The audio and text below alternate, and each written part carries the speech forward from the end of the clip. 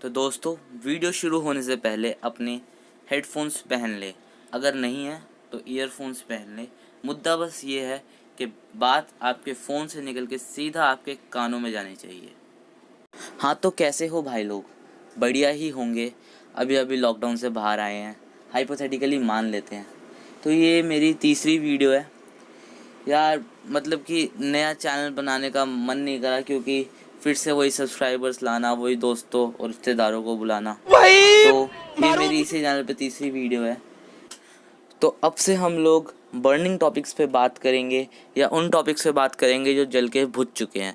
तो हम बातों की गहराइयों में जाएंगे और बातों की गांड मारेंगे। हमारा जो आज का टॉपिक है, जो पहला मुद्दा है, वो दिसंबर 2019 में बहुत ही बर्निंग टॉपिक था।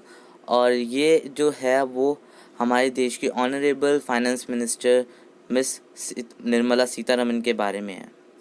तो वेडनेसडे को जब पार्लियामेंट में पब्लिक के क्वेश्चंस डिस्कस हो रहे थे, तो सुप्रिया सूल जो मेंबर ऑफ पार्लियामेंट है, वो एक क्वेश्चन पूछती है कि जो उन दिनों प्याज के रेट बहुत ज़्यादा बढ़ रहे थे, तो फिर इसको लेके गवर्नमेंट कुछ करती क्यों नहीं है, क्योंकि उस टाइम हमारी जो यहाँ की खेती थी वो बहुत ही ख़राब हो चुकी थी और हम इजिप्ट से अपने प्याज जो है वो इंपोर्ट करते थे। तो इसके ऊपर जो हमारी ऑनरेबल फाइनेंस मिनिस्टर है मिसेस निर्मला सीतारमन, उनका जवाब कुछ ऐसा था। मैं इतना लहसुन प्याज नहीं खाती हूँ जी, सो डोंट वरी। मैं ऐसे परिवार से आती हूँ जहाँ अनियन प्याज का मतलब नहीं रखते। कुछ भी सुन मेरी बात, it's her choice. Of course. या ठीक है नया मैम, लेकिन एक बात बताओ, अगर किसी दिन मेरा स्कूल जाने का मन नहीं करेगा, पढ़ने का मन नहीं करेगा, तो क्या मैं कॉपी किताब लेकर भी ना जाऊं? घर वाले तो भेजेंगे स्कूल, बिना कॉपी किताब के चले जाऊं? स्कूल वाले गेट से भगा देंगे, घर वाले घर में नहीं घुसने देंगे। खैर वो अलग बात है, लेकिन ये वीडियो बहुत वायरल हुई थी। ये एक बहुत बड़ी वीडियो का एक छोटा सा पार्ट है, तो लोगों को इससे बहुत ऑफेंस हुए थे, तो लोगों ने इसके लिए प्रोटेस्ट किए थे। लोग क्या कहते हैं, ट्विटर्स पे इसके खिलाफ जा रहे थे कि हमारे फाइनेंस मिनिस्टर को मिडिल क्लास फैमिली से कोई लेना देना नहीं है, उनकी प्रॉब्लम्स उनको कोई प्रॉब्लम्स नहीं लगती, एट्सेट्रा एट्सेट्रा। तो मैं आपको बताता हूँ एक्चुअल में हुआ क्या था। तो जो सुप्रिया मैम है, उन्होंने पार्लियामेंट के अंदर पब्लिक की प्रॉब्लम्स रखी थी। तो उन्होंने दो प्रॉब्लम्स रखी थी एक साथ, एक थी मुद्रा लोन से रिलेटेड और दूसरी थी अनियन से रिलेटेड। तो उस टाइम पे हम लोग इजिप्ट से जो अनियन है और जो टर्की से उधर से अनियन इंपोर्ट कर रहे थे, क्योंकि हमारे यहाँ की मैक्सिमम जो फसल है वो ख़राब हो चुकी थी। तो वो हमारे को बहुत महंगे पड़ रहे थे, मतलब अप्रॉक्स हमने तो 200 से 250 रुपये तक भी गए थे मैक्सिमम। तो फिर हुआ ये था, तो जैसे ही वो इस सवाल का जवाब देने के लिए खड़ी होती हैं, तभी कोई एक एमपी बीच में बोलते हैं कि आपको इजिप्ट के प्याज का टेस्ट कैसा लगा, आपको वो कैसे लगते हैं। तो वो उस बात का जवाब देती हैं कि मैं प्याज नहीं खाती, तो मेरे को प्याज खाती हूँ जी। फैमिली से बिलोंग करती हूँ जहाँ पे लोग प्याज नहीं खाते। आई होप अब कुछ लोगों के मिसकंसेप्शंस क्लियर हुए होंगे। मैं पूरी वीडियो का लिंक डिस्क्रिप्शन में डाल दूंगा। लेकिन इस मुद्दे से जो काम की बात है, जो टीनेजर्स के काम की बात है, वो बस इतनी है कि जो इंडिया के जो लोकसभा के स्पीकर है वो ओम बिरला है, और इंडिया की जो फाइनेंस मिनिस्टर है वो मिस सीतारमन है। तो दोस्तों, आज का दूसरा मुद्दा। आजकल हर टीनेजर की दो ही ख्वाहिशें होती हैं। पहला कि उसकी एक गर्लफ्रेंड हो, और दूसरा कि उसके पिताजी की तमाम संपत्ति में से सिर्फ एक बाइक मिल जाए, वो भी 18 के होने से पहले। खैर पहली वाली का तो हम कुछ कर नहीं सकते, लेकिन दूसरी वाली इच्छा तो हम पूरी कर ही सकते हैं अगर हमारे घर में एक बाइक है। तो इसी इच्छा को पूरी करने के लिए मैं अपने घर का पूरा काम करता हूँ। सारा काम क्या है यार, एक पानी की बोतलें भरता हूँ, उसके अलावा मुझे आता भी कुछ नहीं। और वो भी मैं चुपके से या फिर किसी को दिखाए बिना नहीं भरता हूँ, ना ना ना ना ना, सबको दिखा के भरता हूँ, ताकि जब मुझे इस सिंपैथी की ज़रूरत हो ना मम्मी से, वो खुले दिल से बांटे। फिर जब मजदूरी भरा दिन ख़त्म होता है, पापा घर में आते हैं, उनके बाइक के सिलेंसर की बीट और मेरे हार्ट बीट दोनों एक ही रिदम में बजती है। जैसे ही वो बाइक घर में पार्क करते हैं, मैं जाता हूँ और पापा को देखता हूँ और हाथ बढ़ाता हूँ। पापा बिना कुछ बोले एक हल्की सी मुस्कान के साथ अपनी बाइक की चाबी मेरे हाथ में दे देते हैं और कमरे में चले जाते हैं। मैं बाइक पे बैठता हूँ, बाइक के अंदर चाबी लगाता हूँ और घुमाता हूँ। वो सुसरी इंडिकेटर की सुई अंगड़ाई लेती हुई ई से उठती है, हल्के से भागती हुई एफ पे जाती है और दुगनी तेज़ी से भागती हुई ई पे आके दोबारा लेट जाती है।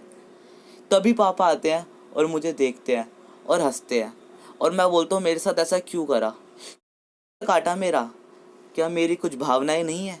वो मुझे पेट्रोल के रेट बताते हैं, डेसिमल के बाद की 2 डिजिट तक बताते हैं और एकदम एक्यूरेट बताते हैं और करंट बताते हैं। कुछ भी यार लेकिन ये बिल्कुल सच बात है कि आजकल पेट्रोल के रेट बहुत बढ़ चुके हैं। लेकिन अगर मैं आपको एक बहुत ही तगड़ी बात बताऊं, और अभी रिसेंट की बताऊं, अप्रैल 2020 की, कि एक कंपनी ने अपने ऑयल के बैरल्स के साथ पैसे भी दिए। हाँ भाई सच है।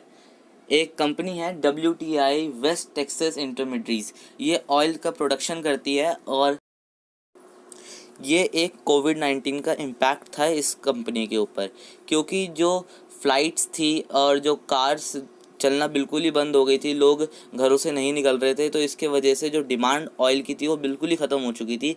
लेकिन इन्होंने प्रोडक्शन बंद नहीं किया, क्योंकि अगर ये लोग प्रोडक्शन बंद करते तो फिर इससे जब वो वापस से इनको स्टार्ट करते तो उसका जो कॉस्ट था वो बहुत ही हाई आता। इन लोगों ने अपनी मशीनरी बंद नहीं करी, ये लगातार अपने ऑयल को रिफ़ाइन करते रहे। तो इन्होंने अपने पूरे पहले तो वेयर हाउसेस भर गए, लेकिन थोड़े टाइम बाद ऐसा टाइम आया कि बिल्कुल ही डिमांड ज़ीरो हो गई।